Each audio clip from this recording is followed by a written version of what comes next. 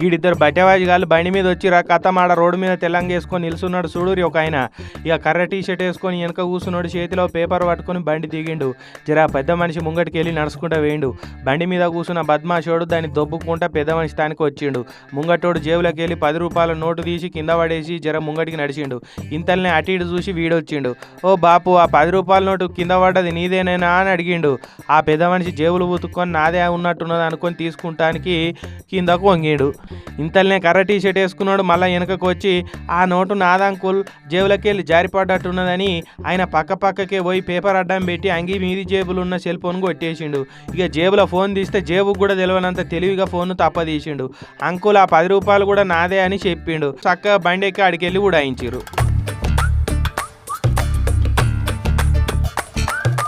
ఇక పెద్ద మనిషి మీది జేబులో చేయి పెట్టి పుతుక్కుంటే ఫోన్ కనవాలే.